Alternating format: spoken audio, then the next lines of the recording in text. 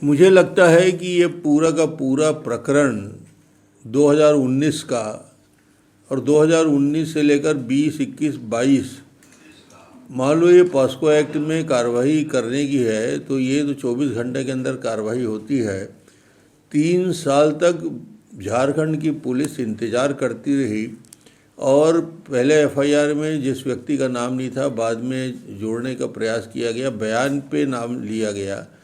तो ये 3 साल बाद जाग के जब चुनाव की तैयारी और चुनाव के फॉर्म भरने की तैयारी करने लगे, ब्रह्मानंद नेताम चुनाव लड़ने लगे और कांग्रेस की हालत पूरी चुनाव क्षेत्र में सबसे खराब दिख रही थी और हार को देखते हुए अब भूपेश के पास कोई चारा नहीं रहा तो उन्होंने उस पुराने प्रकरण को पुनर्जीवित करने का प्रयास किया और 3 साल बाद अचानक पुलिस जागृत हुई और गिरफ्तारी के लिए वहाँ से निकल चलती है।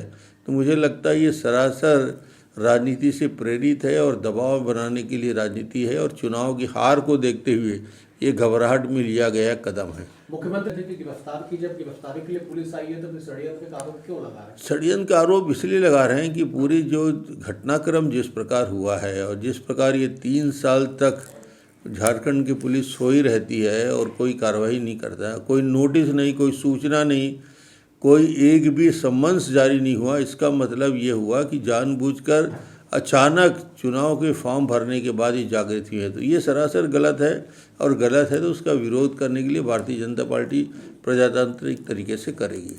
तारीख के बाद आप लोगों की स्ट्रेटेजी में कुछ बदलाव? जिस हिसाब से उस पूरे क्षेत्र में एक वातावरण का निर्माण हो चुका है, ब्रह्मानंद नेताम के पक्ष में जो वातावरण पूरे दिख रहा है भानु प्रतापपुर में, तो मुझे लगता है कि इस प्रकार की घटना और प्रताड़ित करने के लिए एक आदिवासी या एक ऐसा व्यक्ति जो पहले इस दिन से ही कह रहा है कि उसकी कोई जानकारी नहीं है, वो निर्दोष है, उसको षड्यंत्रपूर्वक फंसा रहे हैं, तो षड्यंत्र का असर उस क्षेत्र में पड़ेगा। ईडी वाले मारपीट कर रहे हैं लोगों के साथ, आप उसका विरोध करेंगे, इस तरह की बात करें, पुलिस कार्रवाई करेगी, ऐसा भी? अरे भाई, छत्तीसगढ़ पुलिस तो इतनी स्मार्ट है भूपेश जी कि उत्तर प्रदेश में गिरफ्तारी करने के लिए जाते हैं तो उत्तर प्रदेश की पुलिस से बात नहीं करते और सीधा जाके गिरफ्तारी पत्रकार की करने के प्रयास करते हैं। तो ये तो, और यहाँ पे ये दुनिया में ऐसा, इससे बड़ा आश्चर्य क्या होगा, ईडी ने सारे मामले सामने लाए हैं, उजागर किए हैं। इतना बड़ा कोल घोटाला ईडी ने प्रमाणित किया है, दस्तावेजी प्रमाण है, लोगों को अरेस्ट पे अरेस्ट हो रहे हैं, आधे लोग जमानत पे हैं और न जाने कहाँ से जब रिमोट कंट्रोल का बटन दबता है तो भूपेश जी 6 ट्वीट एक साथ करते हैं।